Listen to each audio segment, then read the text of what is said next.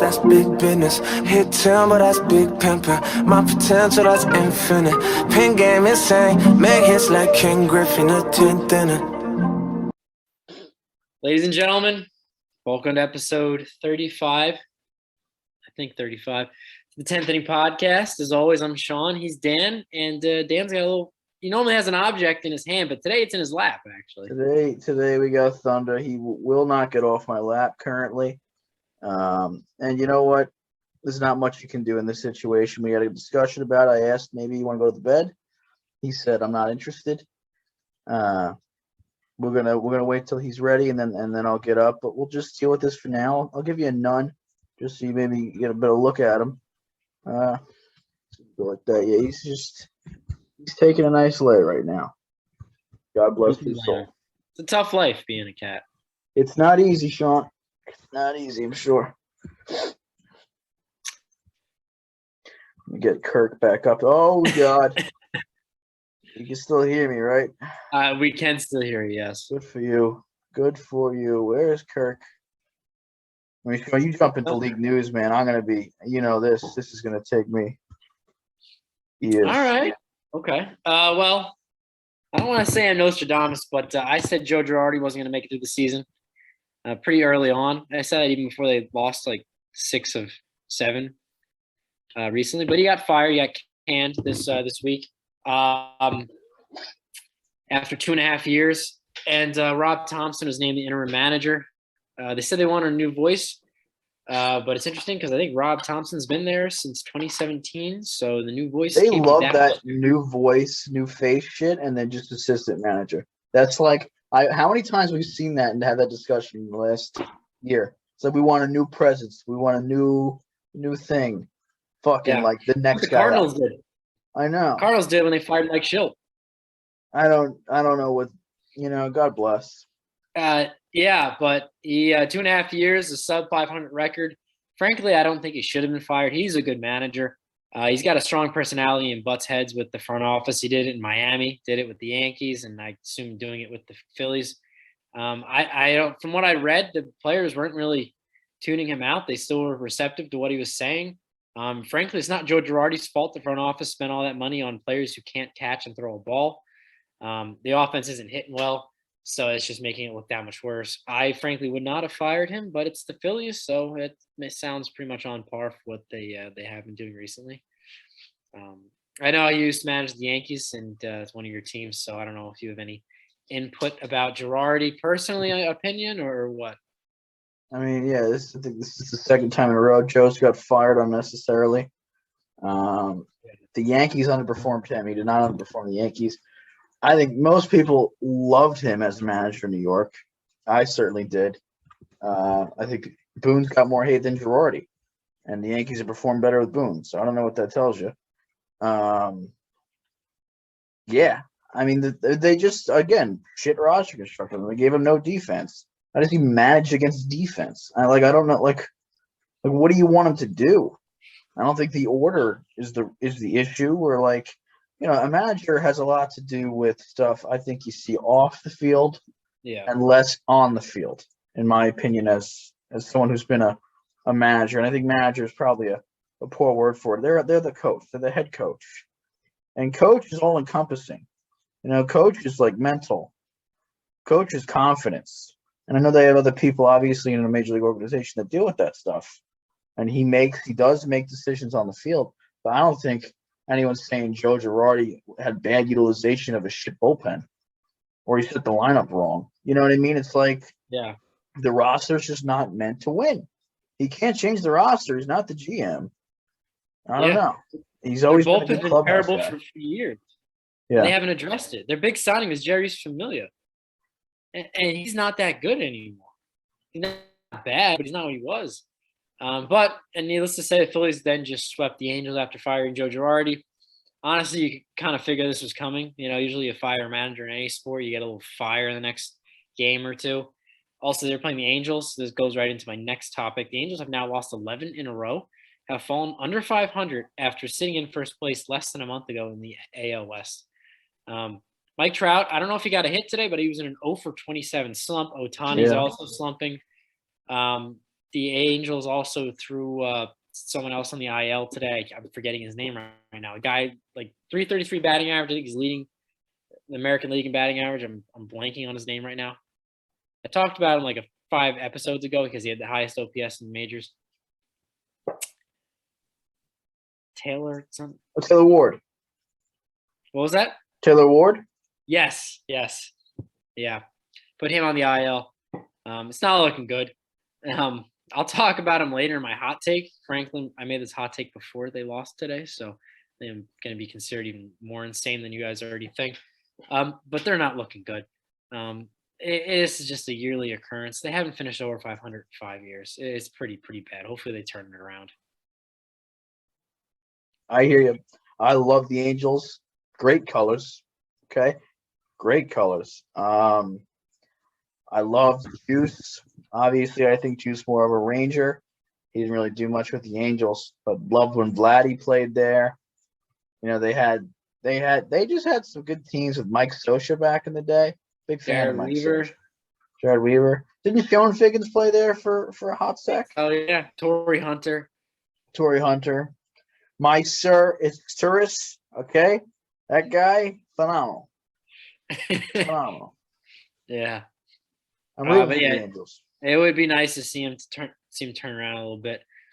Yeah. It's early, long season, but a couple weeks ago they were looking on top of the world.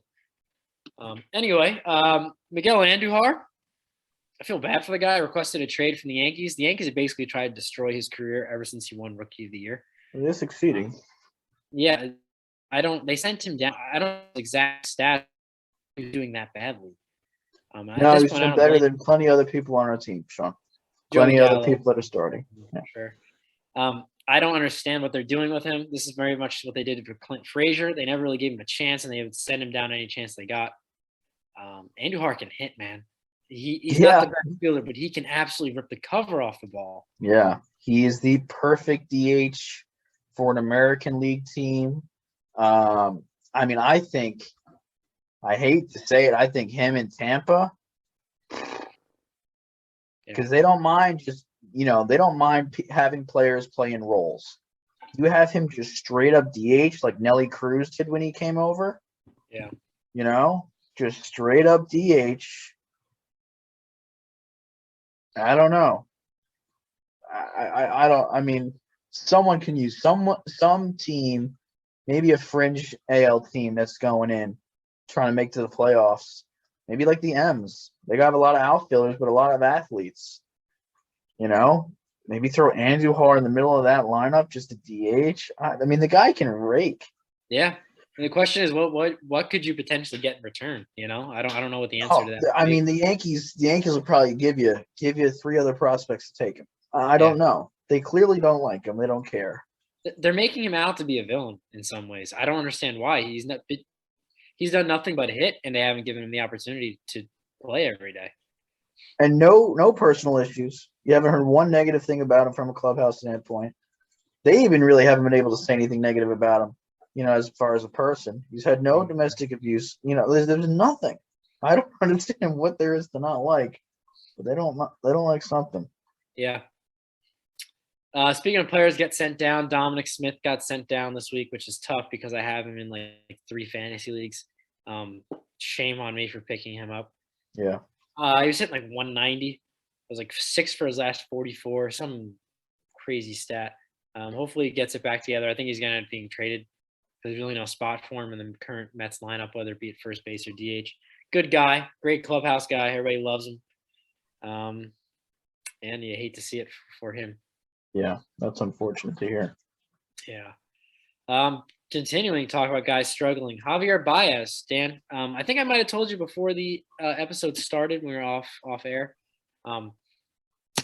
Just guess what put it this way. What batting average would you say would be suitable for him on the contract and money he's being paid? Like, what would be a batting average that you'd be like, all right, he's doing well.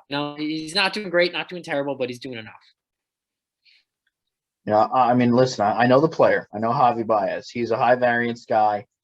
He's never going to be hitting 300 for me. So I would say to justify the contract, given he's also a good defender, and I'm assuming in this assumption he's going to have some pop as well. Yeah. If he's hitting around 260, I can live with it. Anything under 240, I can't live with it. Well, he's currently hitting 190. Well, can't live with it. 190 with 3 home runs, 13 RBIs, 6 walks, and 45 strikeouts. Yeah, the 6 walks to 45 Ks is just ridiculous. Yeah.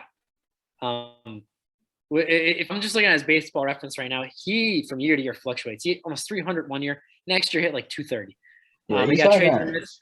When he got traded to the Mets last year, he hit 300 with the Mets after hitting like 220 with the Cubs, and now he's back down. I don't really understand.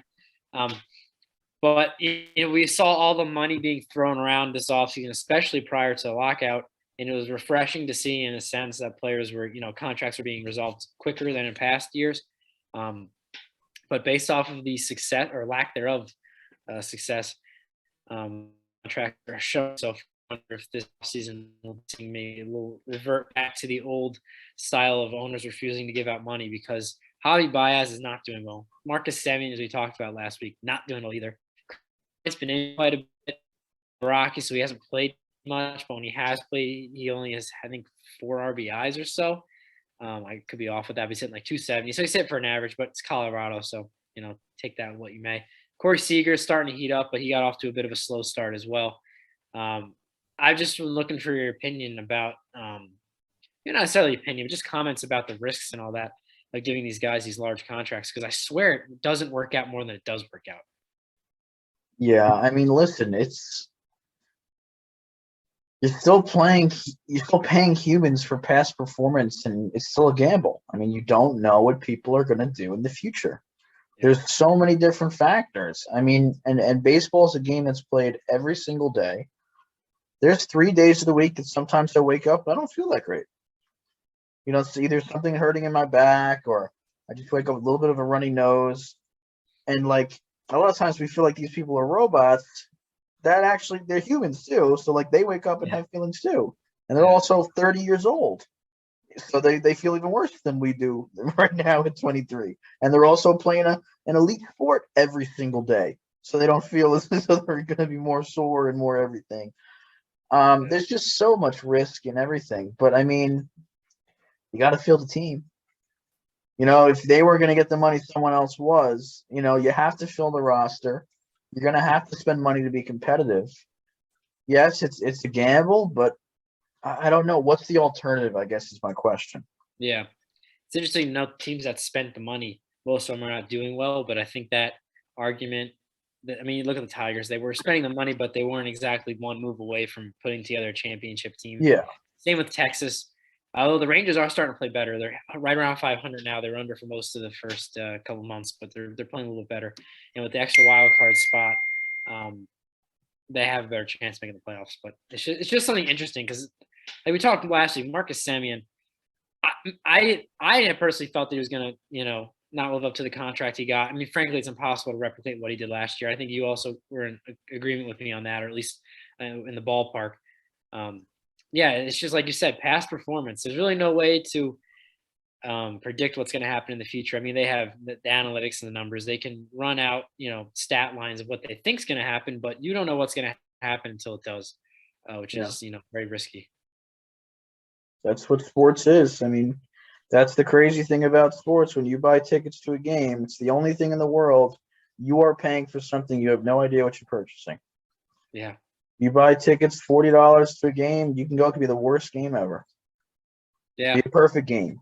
Could be 50-run scores. Could be 1-0. You don't know. That's how sports is all around. Whether from a fan perspective purchasing something, or a general manager purchasing humans, you're purchasing future performance, and nothing's guaranteed. Yeah, you could go to a game and Darren Ruff could have like 4 RBIs. So. You could do that. I've done that before. It's phenomenal. Yeah. That's one of the good ones you feel good about. Some people may feel good about it. Also wanted to say the Dodgers have since rebounded, but they got swept by the Pirates. They lost 5 of 6 to the Pirates this year. That's just bizarre. They're a good ball club, Pittsburgh. Good ball club. they're better than people originally thought, which isn't saying much, but they are competitive. That was kind of a little blip that happens every once in a while. So Is that the last piece of league news you had? I think so. Yeah, I don't want to take Okay. up too much time. Well, 'Cause I have other think stuff to talk Sunday is now. Oh, it looks like he's getting ready. Thank Jesus Christ. I'm gonna get up here, and once I put this laptop down, Sean, I have a breaking news segment for us. Would you like to take a guess what the name of the segment is? The name is it pertaining to you? It is pertaining to me. It's something about the butchers, right? We Softball. have King stats for the week. Okay, here we are. I know everyone's clamoring for it. You guys know I'm an elite softball player that I just started my season. And I'm sure everyone wants to keep up with me. Am I going to be the hitter highlight every week? Probably not. Probably. But I want to share with you my journey of my softball or any sports that I really do. And if you guys like that, leave a like right now. Leave a comment. Say, God, we want to know how you did. Transparency, right, Sean? And that means with everything. So let's get into it. So this week I play on a men's and a co-ed team. I combine the stats for you to make it simple. Okay, I like softball here. Sean, I went 5 for 7 this week. Okay, hitting 714 on the week. I had a triple, 6 runs, 3 ribeye steaks, and 2 walks. Okay, that was my week at the plate. Not bad. Have the highest average on both teams right now. Not a big deal. Who asked? On the mound though, Sean, we're gonna have to pick it up. And as you know, last year I was pitching first, and that's how I like to run the show here. I know my presence on the mound is extremely important and vital to the team's success. And listen, I could have pitched better, but the team could have played a lot better. They know that. We know that. We've had a lot of discussions about it. The defense was atrocious. It was. Phillies type atrocious. Man, we made the Phillies look like all-stars out there. Gold Glovers all around. And I could have performed better in those moments as well, even on the mound. But we did not come away with a win. We went 0-3. We only played one game of the doubleheader for co-ed because the second game got rained out. It was thunder and lightning during the first game, and we still finished it. 13 innings pitched, Sean. Guess how many earned runs? 7. 55 earned runs over 13 innings. Okay, this was a nightmare. Oh wow! Nightmare scenario. We got mercied in 4 innings twice in a row, 20-4 and 20-4. Okay, and then in the co-ed game we lost 15 to I think 10. So it was a bad scene there, Sean. 7 walks over those 13 innings and 3 strikeouts. Strikeouts, I think, is fine over 13 innings. 3 over 13 for slow pitch softball ain't bad. I'm a strikeout king. 7 walks got to come down. I'm a two walk max per game guy. My average last was 2.03 walks per 7, which was one of the best in the league. For 7 walks over 13 innings, that's just horrible. I'm way better than that. But I was having some long innings, as you can imagine. And that made it difficult, but I will be better, and we will be better. So look for that. Just a couple other highlights to mention, Sean. I had Sunday Whiffs today. I will have a website going up soon. I'm starting another YouTube channel, Sunday Whiffs, because I'm not doing enough here. And we'll be throwing up my raw game footage of me and Leif playing wiffle ball on Sundays. I took the win today. I was 1-0 today. I went 4 for 9, a double, 3 runs and 3 RBIs today. And I went obviously 1-0 on the mound, struck out everyone I saw. So I did have 9 strikeouts today, which was nice to see. That's beautiful. And then I also played a little bit of golf. Just at a putting green, we went to JR Steakhouse. You familiar? Oh, absolutely. After dark, 11 p.m., they close. You sneak onto the little putting green there. Okay, trespass a little bit. We played a series. There's 4 holes in the putting green. You hit to each individual hole in a row. Smallest amount of strokes wins. I swept the first series of 5, 3-0. The second series of 5, I won 3-1. So we took both. We were starting a third series. Cop pulls up. Okay, rolls up. I look at Leif. I say, if I sink this, I bet you he lets us stay. I take a swing, Sean. We're talking, this is a 40-footer minimum. I'm going to get the feet for you by next episode. Okay. Minimum 40-footer. I'm telling you right now. And you know about transparency, how I feel. I wouldn't say 40 if I didn't mean it. Absolutely. Sunk it, Sean. Sunk it. He said, you know what? If you guys could just clear off when you get a chance, that'd be great. I think he was so impressed, Sean. He couldn't even give charges for trespassing. Shot of a lifetime there. So that's how I did this week in sports. I mean, really, other than pitching and obviously the team aspect of the Butchers matters to me. Matters a lot. I want to be a champion. But personally, had a little bit of a week for myself. That's beautiful. I mean, I wish I could be half as good as you at anything you do in life. That's beautiful. Thank you. Yeah. I mean, I think that's all the information I prepared for the whole episode. I just wanted to let everyone know. No, I'm going to jump into how we did on our Pick to Click last week. I'm sorry, I got cat hair all over me. So first thing we had, Sean, was Judge was at 18, Julio was at 14. Okay, homers and stolen bases. What happens? First, we both said Julio. Julio did it on June 2nd. Judge did it, I think, the next day, got to 20. They are now, I think Judge is at 21. Julio's at 17, so they are both pumping them out, homers and stolen bases. But Julio did win, so we both got a point for that. Next on the docket, Sean, we got Suarez, Schwarber, and Wisdom have 64, 65 Ks so far this season. Who has the most Ks at the end of the week, and a bonus point for how many? Sean, you went with 76 and Eugenio Suarez. That was your guess. I went with Patrick Wisdom and 74 is what I went with after I went back and changed it because I had Eugenio, but I was nervous about you. So what I'm gonna do here, Sean, is I just wanna do this because I'm gonna be frank, guys. This is the biggest one I've ever had. I mean, I just want to take a moment. I got it on the button, Sean. Could you believe that? Wow. I mean, through the hidden stats, Patrick Wisdom 74. This has got to be the biggest moment of my career right here. That's 2 points. That is a 2-point swing for your guy right there.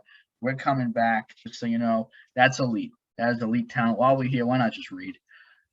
Smallest division leads 3.5. You went under, I went over. The answer is under. So you did get a point there, Sean. Yeah, let's go. 2 points for you this week. I had 3 off of a double point in question 2, bringing the season total 9 to 8. Sean, I close it by 1 more point again. Now just down 1. How are you feeling? Are you starting to get nervous? I am starting to get nervous. I'm starting to sweat a little bit. It's getting a little warm. Long way to go.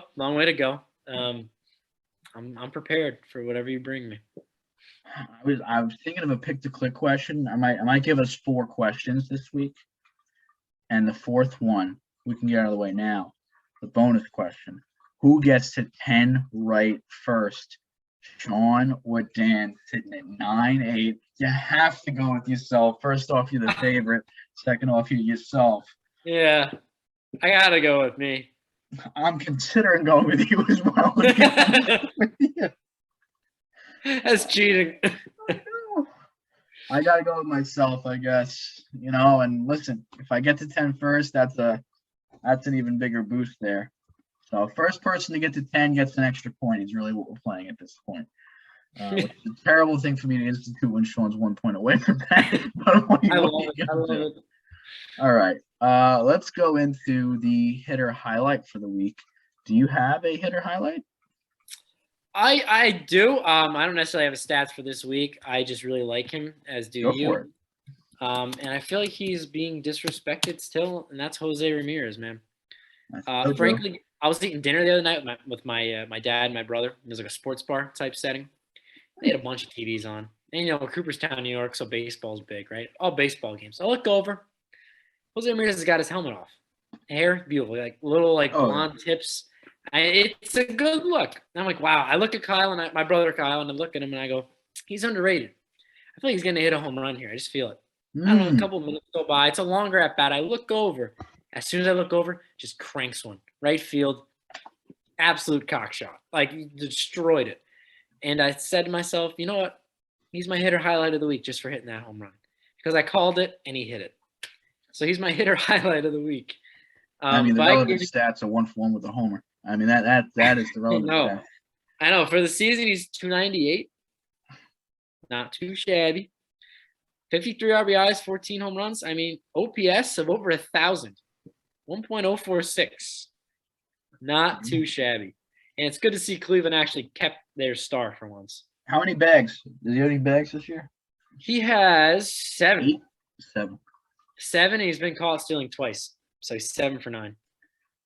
He's fantastic, Sean. He's probably a top 5 player in the league. Probably has been. Best part, 15 strikeouts. Yeah, no, that's and he's the whole package, and he's short, and a little bit chubby. Like there's nothing the guy doesn't have. If you don't mind, I'd like to jump into someone else who's a little bit short and chubby, and that is the guy Alejandro Kirk. I was looking like who's gonna be my hitter highlight for this week, and I really try and have him be the best hitter that week. And I think you can make the argument, you can make the case that Kirk actually did it this week, which you can't even imagine how enjoyable it is for me. He has officially taken over the starting catching position for the Red Hots. Don't know if you heard, we had a press conference release. Alejandro Kirk has usurped Salvador Perez. He's now the starting catcher of my dynasty team. So when I set the lineup every morning, he goes in first. If he's sitting, Perez will get a spot. Wow. But the almost MVP candidate from last year has been replaced by Alejandro Kirk. That's how good he's been playing. Let's get into what he's done. The relevant stats for this week. 5'7", 250 pounds. I mean, what are you going to do about that? You can't stop that. You just can't stop it, Sean. But realistically, he was 10 for 23 this week, Sean. Hitting 434, 10 runs, 2 bombs, 4 ding-dongs this week. Sean, 4 ding-dongs, 8 steals, 4 walks, 2 strikeouts. Alejandro Kirk putting up JoJo Ramirez type numbers. If we go back a little bit further, because he started this hot streak maybe a week and a half, almost 2 weeks ago, he's 10 for 20. He's 15 for 32, excuse me. And then during that time, he's made his average 259 to 307. He's got an expected batting average on the year at 308. So he's a 300 hitter. I'm telling you, for the next 7 years, you're not going to see Kirk hit under 300. Book it. That's another crazy bet. If you're able to ever make any bets, I say out there, let me know. But book that 7 years, Kirk over 300. Could wind up with the best batting average for a catcher of all time. Don't book that one. That one's a little bit more shaky. Wow. Since the slow April, he's hit 347 in May, Sean. 333 so far in June. His K percentage, Sean, 8.9%. Walk percentage at 12%. What are you going to do? 5'7", 250 with a less than 9% K rate. What are you going to do about that? I don't know. That's impressive. And I got one last stat for you. This is probably the most impressive thing that I found out today. His framing is in the 93rd percentile this season, which is the thing that's really been holding him back and allowing Danny Jansen and Reese McGuire, these other, defense first with some pop type catchers take his plate appearances away. It seems as though he's really worked on it. I mean, we're still early. Stats could be inflated or deflated a certain way, especially on the defensive side where stats aren't perfect. But 93rd percentile in framing so far this year, which is fantastic for Kirk. Because again, defense was kind of his not his strong suit. So, I mean, I have obviously loved the guy for 3 seasons. So I'm huge on Kirk. I'm happy he got a hitter highlight for me. I love that. And all 4 of his home runs this year came this week. That's right. He's getting hot, Sean. That's why he won the week. He did it. He had a good week. Is his award gonna come to him in the mail? The 10th Inning Podcast Hitter of the Week. Yeah, we should, man. I bet you someone eventually responds to that. I should get little plaques made up and send them out. That's hilarious. We'll send him to Javi Baez, a friend of the pod. Yeah, friend of the pod, plaque. I don't think we've ever said one nice thing when Javi Baez on this podcast. It's tough, man. I mean, it is tough when you play like that. It's not easy. 190. Do you have a pitcher highlight for the week? I do, and this one hurts a little bit. It came to me when I was watching him shut down the Mets the other night, and that player is Tony Gonsolin. Dirty Tom. I mean, what do the Dodgers do? Are they like giving them like some sort of performance-enhancing drugs when players go to the Dodgers? Might be. I mean, they just find these guys, and they just far out exceed their career numbers prior. Obviously, he came up with the Dodgers, but this year in particular, 6-0. I know wins don't matter as much, but 6-0, you haven't lost yet, and we're in June. Not a mistake. An ERA of 1.59. Yep. Innings pitched wise, only 51. He doesn't go super deep into the games. He's averaging about 5 and a third, I believe. He has gone deep. I think 7 is his max so far this year. Now, if I'm wrong, he has in the past been a reliever, right? Maybe not exclusively a reliever, but he's been kind of a hybrid, right? Tony Gonsolin is on the same trajectory as Julio Urias. He came up maybe a year, maybe 2 years later, but they play with him. He's a starter. He's a full-blown starter, just like Julio has been his whole career, even though he's coming out of the bullpen. They used him in the starting rotation in the playoffs, even though he didn't start all season in multiple occasions. They have full trust in his abilities. The guy's never not pitched well. I mean, if we look at I'm trying to get the highest innings. He's only gone, 6 has been the most. He's thrown 6 innings every start for the last 5 or looks like 7 starts.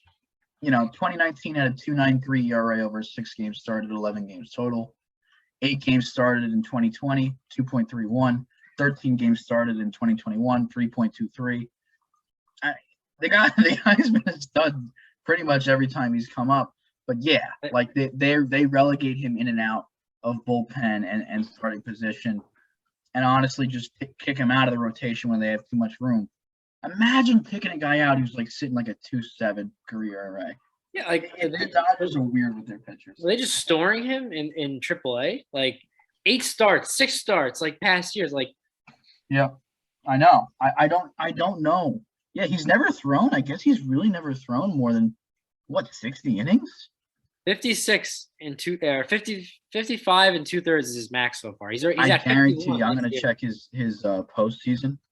He might have more. I mean, I'm telling you, he's pitched more in the postseason. He had 3 games started in 2020 in the postseason, and he came out of the bullpen for 3 games last year. Did not fare well in the postseason in 2020 or 2021. But yeah, I don't know, Sean. They're weird with their pitchers. He's never been bad. They just don't let him pitch, similar to Julio's first 5 years in the league. No, but he shut the Mets down. Actually shut the Mets out for the first time this year. They've been shut out. Wow. That was a very good series, not to go off on a tangent. Split. Dodgers pitching dominated the first 2 games, then the Mets bats woke up a little bit the last 2. Crazy game today, actually. I didn't think the Mets were going to win that one. But Willie Smith coming in the 9th inning. Yeah.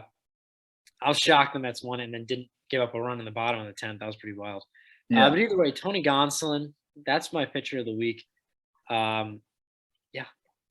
I'm sure he'll be on this award segment more than once this year. Yeah, I've been kind of tentative to give a return candidate, but there's been some guys pushing for it, so maybe soon enough there will be. My pitcher for the week is going to be Shane McClanahan, Sean. 2-0, 12 innings pitched, so he went 6 each time. 3 earned runs. You're asking yourself, is that really that great of a week? It's not terrible. 0 walks, 15 Ks. I think the bigger portion of this is it was versus Chicago and New York, 2 pretty decent offenses. A lot of the pitchers that balled out this week kind of faced offenses, beat on some teams that they should have. I like that he he played Chicago and New York and pretty much put him down. This guy's been crazy all year long. I mean, he's leading the league right now with 89 strikeouts. Really his second year in the league, really his rookie year. I'm going to show a little breakdown about why I think he's so much better this season than the way he started last season. Another pitcher, another breakdown. So let's get here. Be a quick one. Nope. Oh, here we are. Well, as we can see, a lot of reds. That's the first thing you ever see in a breakdown, a lot of reds. We're going to come down here, Sean. The fastball. So slider and curveball kind of flipped. He's throwing the curveball a lot more this year than he was last year. The slider kind of took a back seat. This fastball he's throwing 40% of the time. Look how perfect he's dotting that up and in. I mean, this accuracy, this location is pretty well. If we take a look at 2021, where was he throwing it? Just about down the dick. All right. So this is a lot different than in this quadrant where he almost was never throwing it. And here's the proof. It's in the pudding. Last year, players hit 308 on that four-seam fastball, his most used pitch. He was pretty filthy with all his off-speed pitches. This year, with improved accuracy, down to about 269, expected at 250. And there's the difference. I mean, that's all it is. I mean, he just got his fastball up and in instead of down the dick. Average dropped by about 40, 50 points. I mean, he's got a live fastball. So as long as you locate it well, you're going to be fine. And it's a short breakdown, but it is what it is. I mean, his expected ERA is 242. He's sitting at 210 now. His K rate's gone up the roof now because he's getting so many more swings and misses on that fastball now that it's located well. And he's improved the walk rate as well. But yeah, Shane McClanahan's having a great year. You'll love to see it from the kid. I love his name. Good name. Yeah, good name. Yeah. He pitched a lot in the postseason last year. I guess He did. They kind of the Rays love just forcing their young pitchers into high leverage situations. They've been doing it since they did David Price back in 2008. They love just throwing him in there and seeing what happens. But I like that. I love that. I'd like to talk about my players to watch from last week. We like to give a little recap, see how they did. I picked Christian Walker as my hitter to watch. First game back after we spoke about him. He went 3 for 4, a homer, a double, 2 walks, 3 RBIs. He struggled pretty much the rest of the week, though, going 2 for 11 with a homer. But keep an eye on him for this week as well. I would not be surprised if he gets his average up above 225. He was at about 190 when I said, watch out for him. He's, I think, hovering over 205 right now, even with that week. That's one of his better weeks somehow. So he is improving, but I think another good week for him to come. And then one of my favorite ones of all time, Zach Eflin. He was not pitching well. Last start, he had given up 7 or 8 earned runs. He came out, Sean, over 8 innings, shut them down, shut the Angels down, that is. I know they've been struggling, but their offense has been decently potent. 1 walk and 6 Ks. Lowered the ERA down from 460 to 388. He looked pretty dominant in that start. Again, picking a guy that's with a 460 ERA to have a good game, and he went 8 innings for the win against a decent team. I'm happy about that. I actually just picked him up in both leagues, Fantrax and regular. Looked at his stats again today. I think he's primed for a huge breakout. So continue to keep watching Zach Eflin. God bless the Phillies. They need it. Going into, you want me to go into what I think this week, or? Yeah, you go right ahead if you want. Sure. The pitcher for this week, there's not a pitcher I love this week. If I'm going to say a pitcher, it's watch Zach Eflin again, and we'll re-roll on Alex Cobb. I still think he's going to break out and have a couple good starts. I know it's crazy, but I just feel like he's going to. Batter to watch. You're going to like this, Sean. This guy was second. He came in just second for my hitter highlight of the week. I thought about having 2 highlights just because I was like, this guy's got to be a highlight. And he's yet still a batter to watch. When I do this segment, we pick guys that are struggling and I think will improve. This guy is still underperforming. You're going to be shocked. It's Yordan Alvarez, one of the hottest hitters on the planet right now. His batting average right now, Sean, is 295. His expected batting average is 356, Sean. 356. His BABIP's sitting at 280. His career is at 325. He's a 64% hard hit percentage. 64% of the time he swings that big stick he's got, he's hitting it over 95. Okay, his average exit velocity is 95.6 miles an hour. On average, he's hitting it almost 96. I think Major League average is like 88. He's got a 16.8% K percentage, a 13.2% walk percentage. He's lowered that K rate, I believe, 8% this year, 7% from last year, which was kind of the only flaw in his game. And that flaw, he was only like striking out 24% of the time, which really, compared to league average, is under league average. I don't know what to tell you, Sean. The circles are red. He's got like 4 different stats in which he is 100. Okay, best in the league. Jordan Alvarez going absolute bucky right now, and I'm here to tell you, I think he's got room to grow. That's what I'm here to tell you. Just signed a 6-year extension, right? Or 7 year? I think it was 6 years. I believe it was 6, but yes, he just did. 6 for 115, I believe. Yeah, Not too I think that's bad. a steal. Oh yeah. I think that's a steal. I mean, this guy, he is insane. Yeah. Big fan of Jordan. I have him in fantasy, and You do. I know. I saw that. I was like, who has him in Yahoo? yeah. You. I didn't like that. Do you have a hot take for this week? Well, I originally had, before today's game, the Angels would sweep the Red Sox, their next series. Then I was like, gosh, I just did 2 out of 3, but then I feel like that's not hot enough, so I'm going to go the Angels. So like the Angels are going to sweep the Red Sox. I mean, the Red Sox aren't that good right now. The Angels have lost 11 in a row. So that was my hot take. Okay. What was your hot take last week? My hot take last week was Marcus Semien with 2 home runs. Did he? He hit 1. Okay. All right. You got to update the fans, Sean. We want transparency here. He is hitting 191. So his average has dropped, which is it's astonishing when you say it dropped. Yes, it's from like 197 to 191. Yeah.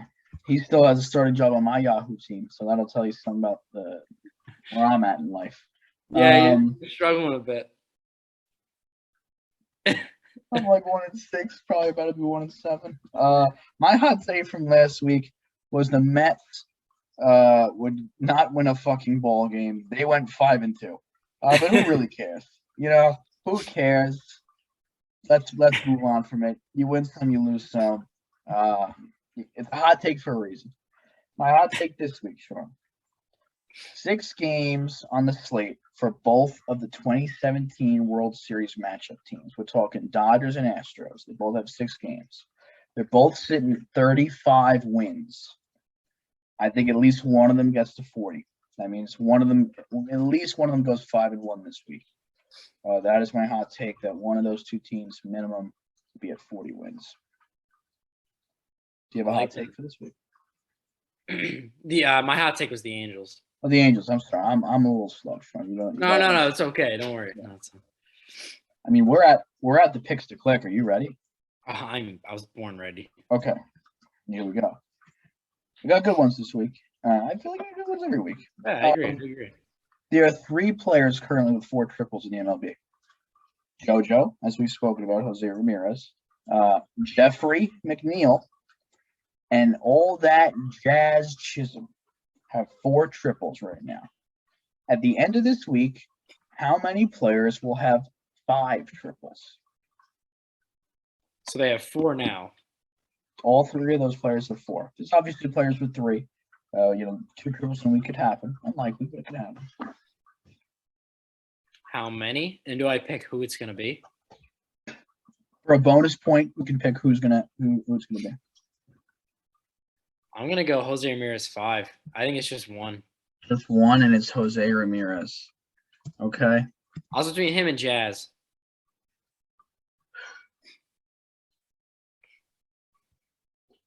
I don't. I'm gonna go Jazz. I'm gonna get jazzy with it. Okay. I'm gonna say 2. I'm gonna say Jazz. I'm considering going Jazz and McNeil, Sean. How would that make you feel? I mean, hey, you could do whatever you like. I'm pretty confident in my pick. I'm gonna go Jazz and McNeil. I'm gonna go 2. Okay. I'm gonna go 2. I think McNeil gets in a little bit. You know that right center, that triple alley there. You got a little bit of a triples alley over there at City. I think he gets one of those this week. All right. Number 2. Sean falsely accused Pete Alonso of having the most RBIs in the league last week. Yes. Since then, Alonso has surpassed Jose Ramirez for the league. If Sean says that Alonso has the most RBIs in the league next week, would he be lying again?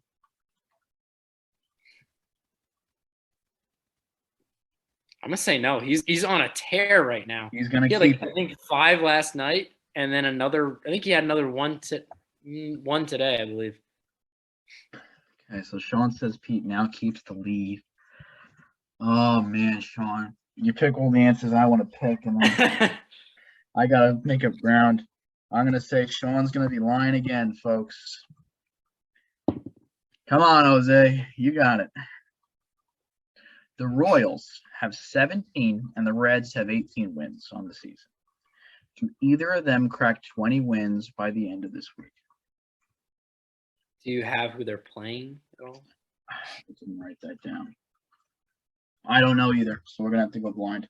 Okay, so Royals have 17, Reds have 18. 18. And you're talking about the first team to 20 wins? Do either of them crack 20 wins? Or which of them crack 20 wins? You could say. See, I feel like the Reds would be the easy answer, but the Royals are so bad. I mean, the Reds aren't good, but the Royals are so bad offensively. Mm-hmm. I mean, neither of them might crack. I don't. What are they on? What do they win? Like 2.5 games a week max?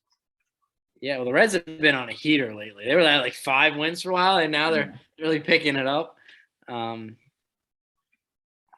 You're gonna hate me, but I'm gonna go with the Reds. I know that's what you were gonna pick too. I'm sure. But... Okay, but you think just one of them gets it, and it's the Reds? Yeah, I think it's just them. I took your answer, didn't I? I don't know, man. There's a world where the Reds just get 1 win this week. They go 1-4 or 1-5. How many games they're playing? You know, it wouldn't be shocking if the Reds went 1-5 this week. No, it wouldn't be shocking if they went 0-6.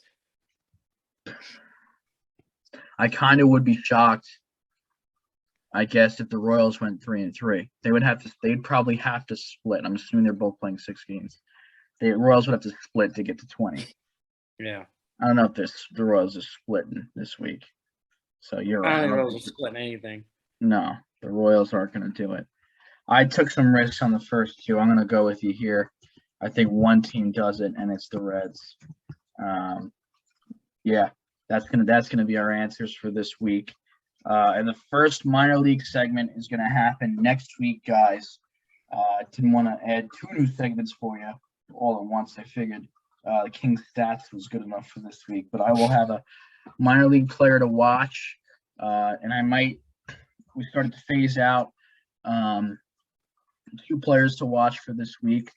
I think I'll either find like a really good hitter to watch or a really good pitcher to watch out for the next coming weeks. I think as the season progresses, the variance between expected stuff and actual stuff is narrowing, so it's harder to find people. As you saw, I had a good player and no pitcher. So we might throw like a little minor leaguer to watch in there. And of course, if there's clearly a pitcher and a hitter, I'll throw that in there too. It'll just be a little bit longer. But that's going to be my thought process with the structure there. How do you feel about today, Sean? How do you feel? I feel great about today. I really do. How do you feel about today? I feel good. I mean, I won a game today, Sean. You should have seen me on the mound. I had a perfect game in the 3rd inning. Yeah. 1 out in the 3rd, lost gas, just lost everything. I did. It was like that. I'm like really built up to like 2 1/3 max. Both games. I'm 2-0 right now in the season, but in both games in the 3rd inning, I mean, it's like thank God I built a lead for myself. Yeah. I ended up winning only 3-1. I gave up 2 walks, a double, and then I got 2 strikeouts. But nothing left. Nothing left. I come out like a reliever. You know, I'm not playing like a starter. So I'm like, I'll give you 2 crazy strong innings where I'm pumping as hard as I can. I'm really two pitch mix right now. I'm pitching like a reliever too. I'm going fastball, slider. Sometimes the slider is a little more loopy. Sometimes it's a little tighter like a cutter. I play with speed like that. But yeah, we got to figure something out to be able to go 3. And God forbid I ever don't get the bat working. I gotta go to extras. It's racks. If I go to extras, it's not even be close. Yeah. Well, I mean, you just gotta keep the bats awake. I mean, remember our game we played where it was 10-0 after 2 innings, and then in the 3rd inning, I put up a 9 spot and almost came back.